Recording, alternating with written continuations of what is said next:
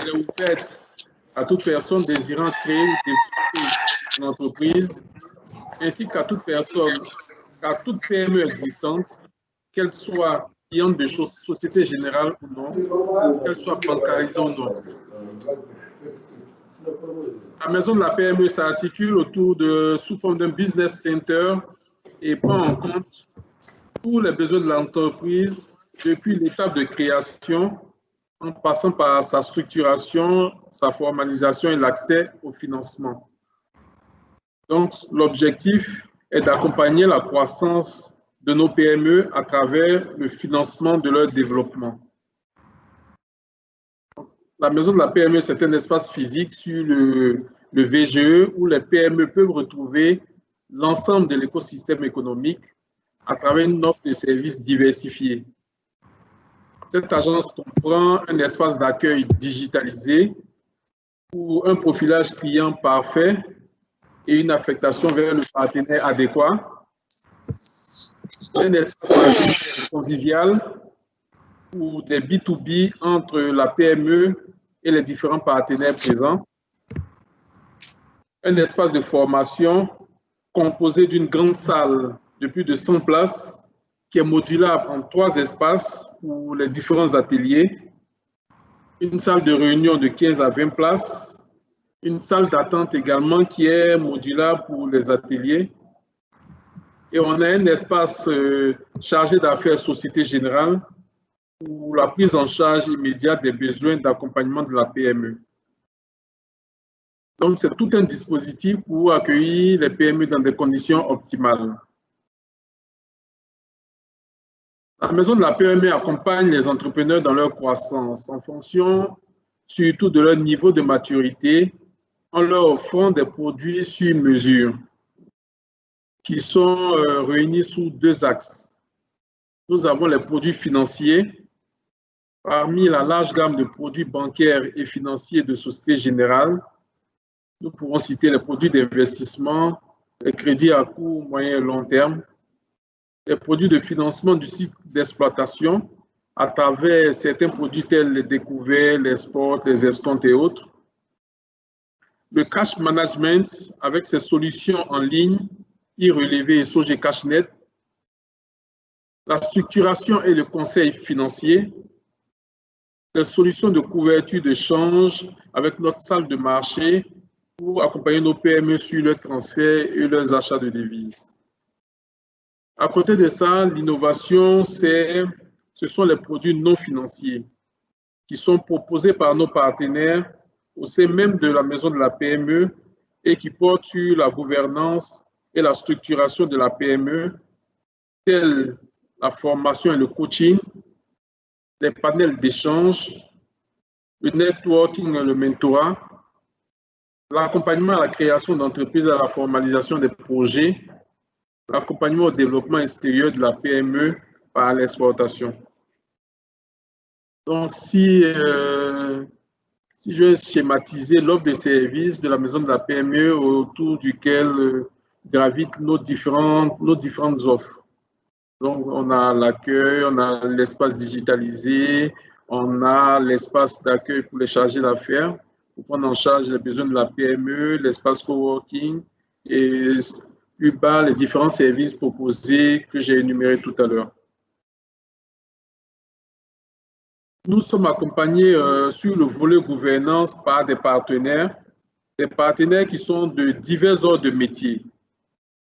Nous avons des institutions de microfinance qui prennent en charge la PME sur les volets qui ne rentrent pas totalement dans le canevas Société Générale, mais avec un suivi de Société Générale. Des administrations publiques et structures d'appui et d'encadrement, telles le ministère des PME, le CPC, la Chambre de commerce ivoirienne, l'Agence pour le développement de la compétitivité des industries, des fonds d'investissement tels que Comway Capital, des institutions de garantie avec l'AFD et Proparco, des acteurs du juridique à travers des cabinets juridiques et fiscaux, des cabinets financiers de stratégie de premier plan tels que Mazars, Deloitte, Stratégie SA, et des acteurs de l'assurance crédit, parmi lesquels COFAS qui n'est plus à présenter. Avant de laisser la parole à COFAS pour dérouler notre thème de séjour qui est rassurer ses partenaires, on a constaté depuis l'avènement de la COVID certaines difficultés rencontrées par nos PME qui sont la baisse de la productivité de l'entreprise du fait du chômage technique, du fait de personnel absent, du fait de fermeture d'entreprise, des difficultés d'approvisionnement du fait de partenaires en fermeture à l'étranger, de ressources financières qui sont inexistantes au niveau de la PME, une baisse drastique de l'activité avec l'absence de vente, l'absence de commandes clients, des retards dans l'exécution des marchés du fait d'une main-d'œuvre absente, des difficultés d'accès aux différents sites des marchés, donc des tensions de trésorerie qui s'avèrent au niveau des PME avec des règlements incertains, des difficultés de recouvrement et qui découlent sur des difficultés à faire face à leurs engagements qui se traduisent par des impayés. Sont autant de problématiques que rencontrent aujourd'hui nos PME depuis la survenance de la crise à Covid. Je laisse la main à mes partenaires de COFAS pour dérouler le thème qui nous réunit ce jour. Bonjour, mesdames, messieurs les chefs d'entreprise, bonjour aux managers, bonjour monsieur Bamba. Donc je me présente, je suis Lionel Piquer, je suis le nouveau directeur général des pays du Maghreb, de l'Afrique de l'Ouest et du Centre pour la COFAS. Alors nous sommes toujours au mois de janvier et laissez-moi vous présenter au nom de toute l'équipe COFAS nos meilleurs vœux pour 2021. Je souhaite à tous de belles rencontres, de beaux projets, malgré le contexte que nous connaissons tous, que nous traversons tous, le Covid-19. Alors la Société Générale est un grand partenaire pour COFAS. Tous les jours, nous développons notre partenariat et je suis ravi aujourd'hui de pouvoir participer à ce webinaire, participer à un échange autour de cette thématique, rassurer dans cette crise de Covid-19, rassurer nos apporteurs d'affaires. Fabienne Yomzi, directrice commerciale, traitera du sujet rassurer, donc comment rassurer. De mon côté, je vous présenterai tout ce qui touche au management de la reprise dans un contexte Covid-19. Alors, quelques mots sur COFAS. COFAS est un expert de l'assurance. COFAS est un expert en Afrique. Donc, nous connaissons bien l'Afrique. C'est une entreprise internationale. Nous proposons différents produits, comme vous le savez, des produits d'assurance, assurance crédit, affacturage, recouvrement. Mais nous travaillons également l'information. Et c'est sur ce point-là que je vais introduire mon sujet, à savoir manager la reprise dans un contexte Covid. Alors, qui dit manager dit prise de décision. Et nous le savons tous, prise de décision égale disposer d'une information factuelle. Et dans un contexte de crise, il est compliqué d'avoir la bonne information. Mais avant de rentrer dans le détail, je dirais, regardons ensemble quelle est la situation économique à date d'aujourd'hui, quels sont les secteurs porteurs et un peu moins porteurs sur 2021, comment adapter notre activité et comment rassurer nos partenaires. Donc c'est le slide qui suit, je crois. Alors, qui a la main? C'est Angela, tu as la main, c'est ça? Voilà. Donc la crise sanitaire Covid-19 a fortement impacté l'économie mondiale et l'économie africaine spécifiquement. Vous avez devant vous un tableau qui reprend le PIB. Alors en colonne, ce sont les années. 2019 en bleu, 2020 en rouge et 2021 en vert. 2021, ce sont les prévisions. Vous avez les sources IMF et COFAS et vous avez un ensemble de pays. Donc vous n'avez pas tous les pays, ce n'est pas représentatif de tous les pays de l'Afrique, mais dans notre étude, nous avons ces pays-là. Et vous pouvez voir que l'Afrique, en 2019, le taux de croissance était important. Sur 2020, l'Afrique est principalement frappée par cette crise, comme l'ensemble des pays, comme à l'échelle mondiale, c'est la même chose évidemment. Mais voilà, vous avez ici le détail par pays. Et 2021, nous voyons un rebond de l'activité. C'est important, ce graphique vous montre de quelle manière l'Afrique a aujourd'hui pu absorber une partie de l'impact de cette crise. Je vais m'expliquer. On a en 2020 connu un recul de 6% en moyenne. La plupart des pays africains sont dépendants, pour la plupart, hein, sont dépendants des matières premières, et ces matières premières ont été fortement impactées par une baisse de la demande mondiale. Forcément, qui dit baisse de la demande mondiale dit chute des prix, et cela est venu également miner les recettes publiques et la balance des paiements. Donc, en raison de cette pandémie, on a un impact supplémentaire qui est le flux des investissements directs qui a diminué, donc les flux d'investissements directs vers l'Afrique. Sur le slide que vous avez sous les yeux, on voit qu'il y a de fortes disparités entre les pays. Alors, il y a des pays qui sont plus touchés et moins touchés que d'autres. Alors, les pays les plus touchés, cela vient principalement de l'endettement public élevé qui existait déjà, des exportations vers les économies européennes. Alors, beaucoup de pays sont dépendants, très dépendants de la santé économique de l'Europe. Si l'économie de l'Europe baisse, forcément cela entraîne les pays pour qui les exportations avec l'Europe sont fréquentes. Le pétrole, le tourisme et la situation sécuritaire périlleuse sont également des indicateurs, des conséquences pour ces pays-là. Nous avons les pays qui sont un peu moins touchés, donc là, ça s'explique notamment par l'agriculture, une forte présence sur la partie agricole, sur le marché agricole, les activités minières et le cacao. Donc voilà à peu près un panorama entre le PIB, l'évolution du PIB, le slide précédent, et là des disparités que vous pouvez voir sur cette carte. Bon, vous avez également les pays, hein. On voit que l'Afrique du Sud, on est à moins 9%, la Tunisie moins 9%, le Maroc moins 7%. Pour le Maroc, c'est principalement dû au tourisme, une baisse du tourisme. Bon, le Cameroun, le Gabon, le Sénégal, voilà, ce sont des pays qui sont touchés par les événements qui sont décrits.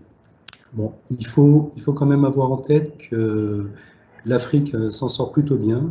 C'est un pays qui est dynamique. Et le slide précédent va nous montrer également que sur 2021, nous avons des secteurs porteurs. Alors, nous parlons ici des télécommunications. En effet, nous l'avons vu, hein, les télécommunications en 2020 ont pris une place très importante dans le tissu économique. La distanciation sociale, les nouvelles technologies, on voit bien aujourd'hui, hein, les nouvelles technologies font que les télécommunications ont une forte valeur ajoutée et donc forcément traversent la crise plus facilement. L'agriculture, la sylviculture, donc là c'est la Chine qui a une demande soutenue. Distribution pharmaceutique, on parle de santé, on parle de pandémie, donc oui, la distribution pharmaceutique reste porteur. Nous avons des secteurs touchés par la crise, mais qui devraient mieux s'orienter en 2021. On parle de l'extraction des métaux, la réparation et le transport automobile, l'emballage plastique, les matériaux de construction. Donc, tout cela fait qu'il devrait y avoir un rebond des échanges internationaux, un retour des investisseurs étrangers dans les infrastructures de transport, de production d'énergie, et on table sur 2021 sur un rebond assez timide par rapport à ce que l'Afrique a pu connaître précédemment, mais un rebond qui serait de l'ordre de 2,6. 2,6, ça reste une belle performance. Dans une crise que nous connaissons, ça reste une très belle performance. Donc voilà à peu près ce qu'il en ressort au niveau des indicateurs. Donc une fois que nous avons ce tableau, je disais, la partie porte sur manager la reprise dans un contexte Covid. Il nous faut pour manager de l'information. Alors, tous les chefs d'entreprise qui sont réunis aujourd'hui, les managers, on le sait bien, il nous faut de la donnée. Donc, quel type de données? Et après, il nous faut transformer cette donnée en information pour pouvoir prendre la bonne décision. Voilà, l'information est un moyen clé pour faire face à l'incertitude liée à la crise et favoriser une reprise prudente. COFAS est un expert de l'information. Nous avons ici des points importants, avoir du discernement dans la prise de décision, disposer de la visibilité nécessaire à la gestion de son entreprise évaluer le niveau de risque. Tout cela, encore une fois, pour prendre la bonne décision. Le slide qui suit, alors c'est Angela, je crois, oui, c'est ça.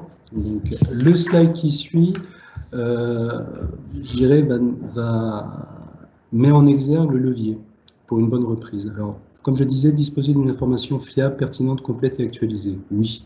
Analyser pour une meilleure visibilité, oui. Anticiper et prendre les bonnes décisions, ça va de soi. Adapter sa stratégie commerciale.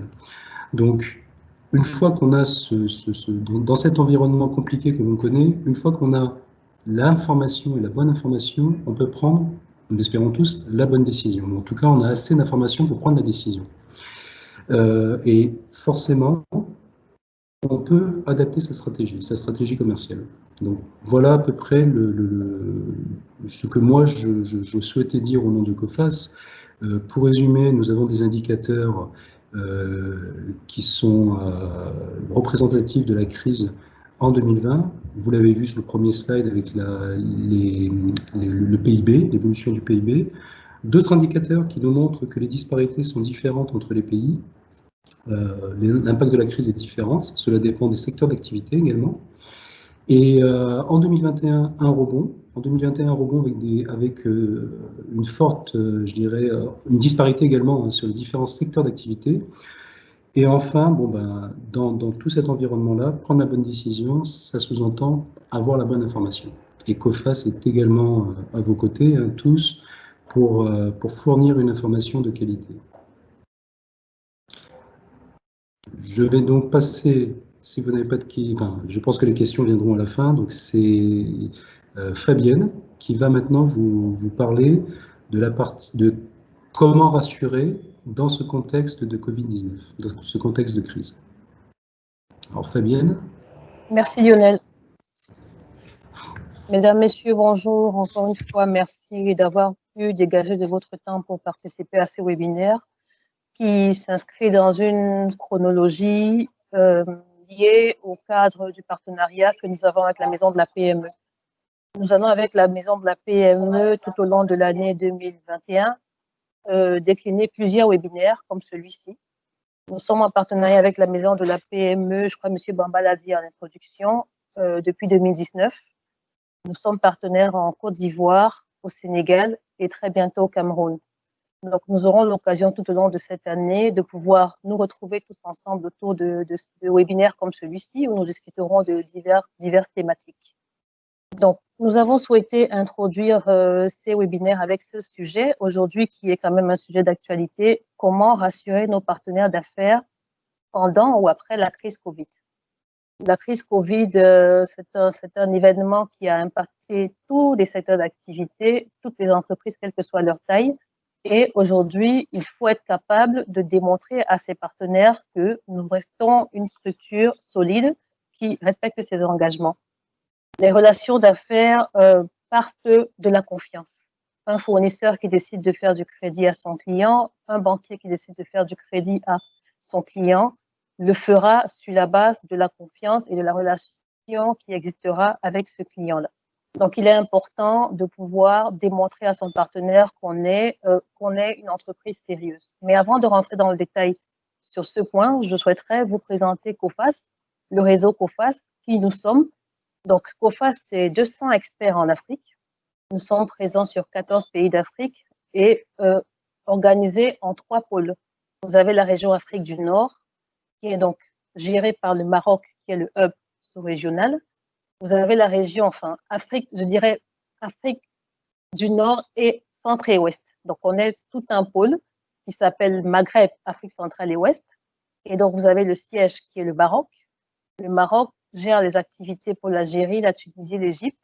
Et vous avez la sous-région Afrique centrale et Ouest, qui est donc basée au Cameroun, dont le siège est basé au Cameroun. Je suis moi-même la directrice commerciale pour cette sous-région Afrique centrale et Ouest. Et après, vous avez l'Afrique du Sud.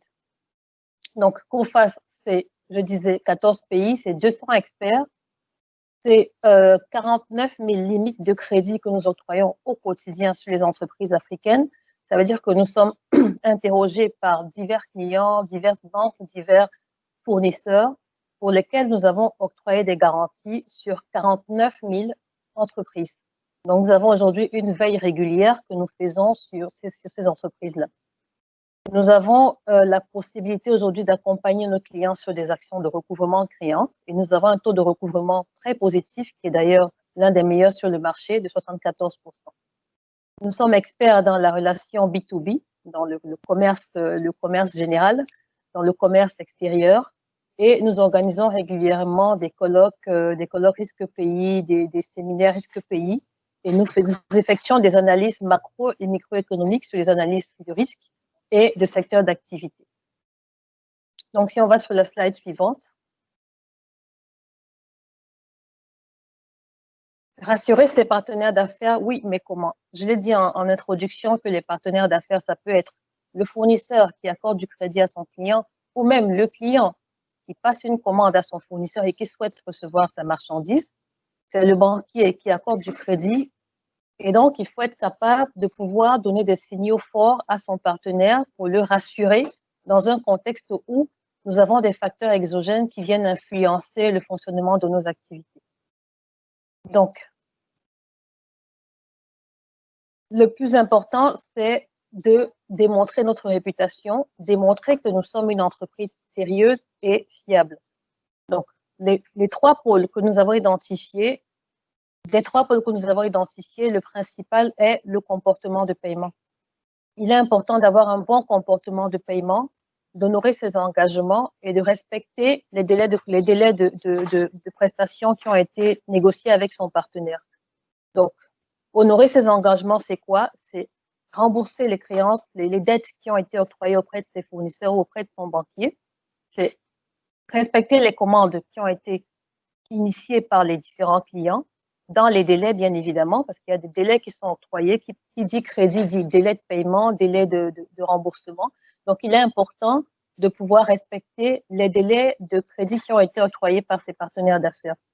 Démontrer sa solvabilité, c'est tout simplement honorer ses engagements. Coface, c'est une compagnie d'assurance crédit qui a un réseau qui s'étend sur près de 100 pays dans le monde. Donc aujourd'hui, les informations qui sont collectées et qui sont traitées par Coface renseignent sur la solvabilité des entreprises. Donc une entreprise qui bénéficie d'un crédit fournisseur à l'export ou localement pourrait se retrouver dans la base de données Coface. Avoir un bon comportement de paiement permet également d'avoir une bonne photographie dans la base de données Coface qui intervient, qui interagit avec diverses banques, divers fournisseurs. L'information qui est remontée à Coface, Lionel parlait d'information, la base, c'est vraiment cela. Tout part de l'information que vous communiquez à votre réseau. Donc, l'information qui est remontée chez Coface est celle qui sera partagée aux différents partenaires de Coface. Donc, il est important d'avoir ce bon comportement de paiement qui permettra de démontrer que vous êtes une entreprise solide. La deuxième étape, c'est de démontrer que vous avez une bonne gestion de votre poste client. Le poste client, c'est quoi? C'est toutes les créances que vous avez et qui découlent en fait du crédit que vous avez accordé à votre client. Si vous êtes bien évidemment une entreprise qui vend à crédit. La gestion du poste client se décline sur divers points. Vous avez principalement la sélection de vos différents clients. Est-ce que vous avez dans votre portefeuille des clients solvables, des clients fiables, des clients sérieux? Il est nécessaire, il est important de pouvoir identifier ces clients-là et de pouvoir faire une sorte de nettoyage, de sélection de votre portefeuille client. Vous devez vous prémunir contre le risque d'impayé. Je retourne l'écran. Pardon. Donc, vous prémunir contre le risque d'impayé, c'est bénéficier de solutions qui vous permettront de gérer votre portefeuille client et de pouvoir vous faire rembourser dans les temps, soit par Coface, soit par votre client. Mettre en place des actions de recouvrement adaptées, c'est avoir un pôle de recouvrement. On a l'habitude de dire que le commercial n'a pas vocation à faire du recouvrement. Je sais, c'est compliqué, mais c'est la vérité. Le commercial a pour vocation de développer votre portefeuille client, de vous ramener des clients et de faire du chiffre d'affaires. Une entreprise structurée, c'est celle-là qui a la capacité de séparer le recouvrement de la vente. Donc, démontrer que vous êtes une entreprise structurée signifiera à ce moment-là séparer ces deux activités et avoir un processus de recouvrement fiable. Votre banquier, votre fournisseur sera davantage rassuré quand il constatera que vous avez la capacité de récupérer les sommes qui vous sont dues dans les délais. Enfin, la troisième best practice que nous avons identifiée, c'est de maintenir une communication de proximité. Il est très important de communiquer avec votre marché sur tout événement qui interviendra, qui surviendra, surtout dans un contexte où nous dépendons fortement des facteurs externes liés spécifiquement à la crise Covid. La crise Covid a touché à échelle bien sûr différente d'un pays à un autre la plupart des entreprises. On l'a tous vécu différemment. Donc, il est important pour nous de communiquer avec notre réseau sur l'impact que la crise a eu. Si vous avez des retards de paiement, si vous anticipez des retards des tensions de trésorerie, vous anticipez des retards de paiement pour vos fournisseurs, informez vos fournisseurs de ce que vous aurez des retards de paiement. Demandez des prorogations d'échéance, demandez un rallongement de votre durée de crédit, de sorte que votre fournisseur soit rassuré et lui également puisse organiser sa trésorerie et ses futures commandes. La communication est un élément très important dans la gestion du contexte actuel.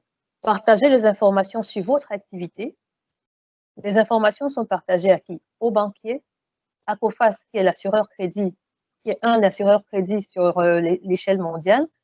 Informez vos fournisseurs et vos clients sur l'évolution de vos activités. Vous avez décidé de vous d'étendre vos activités, de faire de nouveaux investissements, communiquer à votre marché, tout simplement. Ce sont des signaux positifs qui permettront de rassurer vos partenaires. Un investissement peut générer des retards ou des délais dans l'exécution, soit des commandes, soit des règlements fournisseurs. Si vous communiquez à temps avec votre marché, vous pourrez les rassurer de ce que les échéances seront respectées plus tard. Donc, si on va à la slide suivante, les 3 maîtres mots que nous avons identifiés, la transparence. La transparence dans la communication des informations. C'est vrai que sur le marché africain, il est toujours compliqué de pouvoir partager ces informations financières. On connaît tous le contexte des difficultés liées aux taxes, etc. Mais vous avez en face de nous un partenaire comme Coface qui traite les données en toute confidentialité et qui vous permettent de pouvoir avoir une visibilité mondiale et communiquer à votre réseau de ce que vous êtes en croissance, vous êtes structuré, vous êtes constant dans l'exécution de vos activités. Donc, il est bien de toujours garder cette transparence-là avec votre réseau, de partager les informations de sorte qu'il n'y ait pas de mauvaises surprises. Faites attention à ce que il est important de savoir que les informations sur vos entreprises peuvent être collectées par diverses sources. Il est possible, par exemple, que votre banquier informe votre réseau, un de vos fournisseurs qui est mécontent, peut-être parce que vous n'avez pas réglé à temps les créances qui sont dues, communique avec votre réseau. Et à ce moment, il est plus important que la source d'information soit d'abord vous-même en tant que chef d'entreprise, vous-même en tant que client. Donc, l'information principale doit partir du client qui va communiquer à son réseau. Ensuite, la précision dans l'information. La précision, je rajouterais la véracité de l'information. L'information qui est principalement de l'information financière, de l'information commerciale, il est important que les informations que vous communiquez à votre réseau soient précises, soient fiables et soient structurées. L'information financière, c'est quoi? C'est l'évolution de votre chiffre d'affaires, l'évolution de votre compte de résultats, la visibilité sur votre business plan sur les 3 prochaines années. Ce sont des éléments qui, mis ensemble, permettent de pouvoir avoir une visibilité claire ou approximative de comment votre entreprise va se comporter dans les prochains mois, les prochaines années. Dans le contexte de la crise Covid, il est vrai que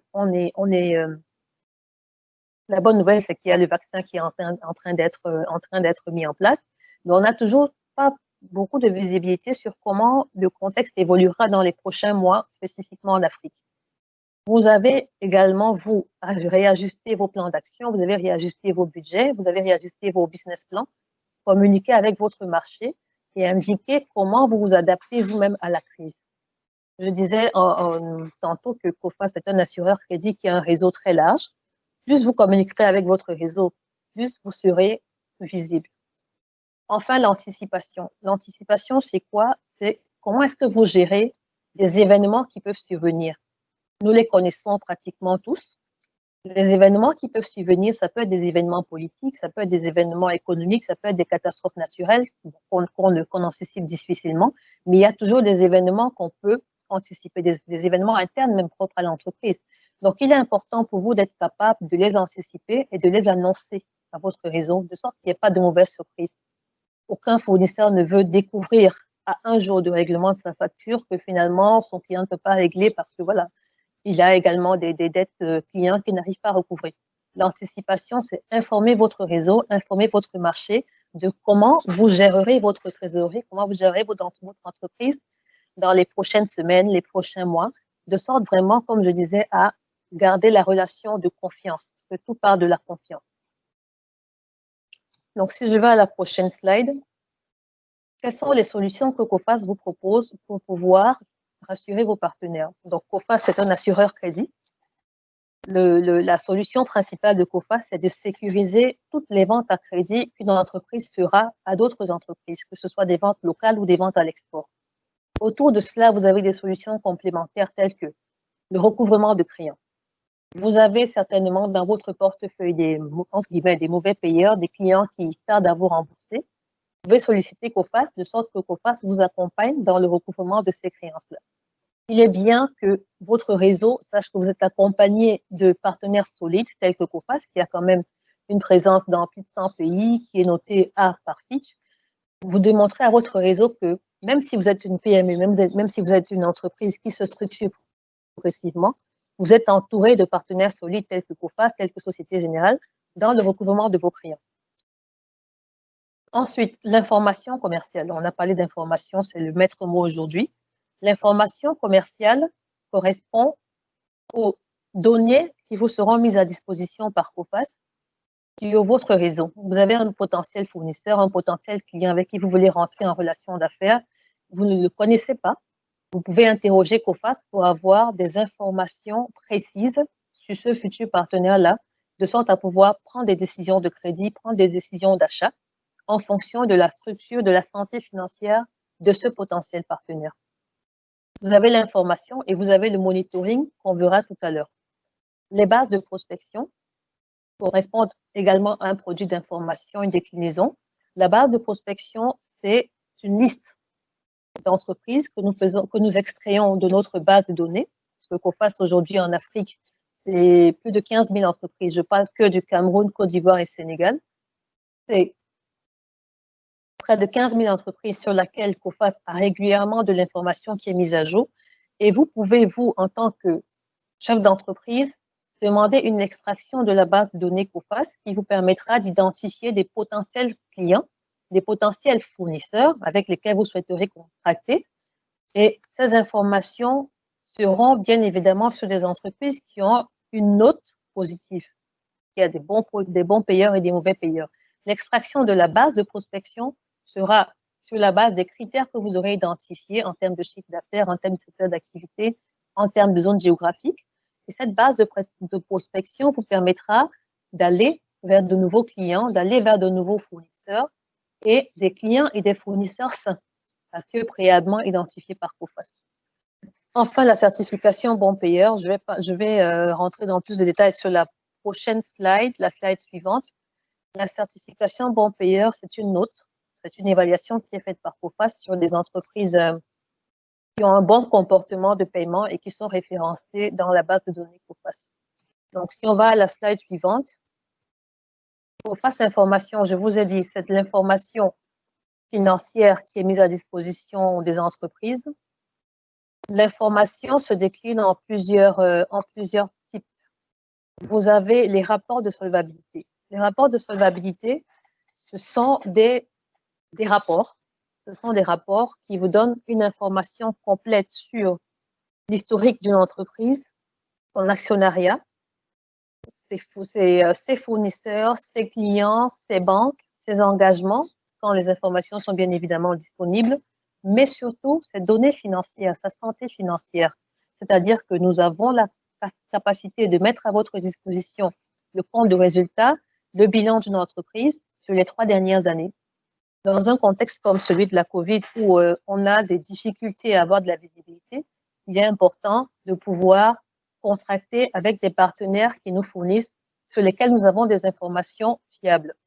Donc, les rapports de solvabilité, je disais, sont produits par COFAS sur plus de 100 pays et vous donnent la capacité de pouvoir prendre des décisions de crédit, de décider si vous voulez contracter avec ce fournisseur, avec ce client ou pas, en fonction de sa capacité financière.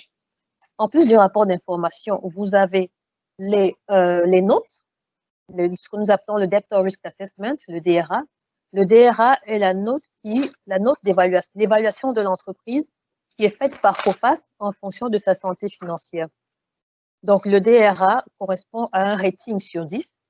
Plus la note est élevée, plus l'entreprise a un très bon comportement de paiement. Vous avez également les avis de crédit. Voilà, les produits d'information se déclinent en plusieurs types. Mais ce qui est important de savoir, c'est que vous avez un accès à une base de données COFAS qui est mise à jour de façon régulière et à partir de laquelle, vous pouvez interroger et connaître votre marché, votre potentiel marché.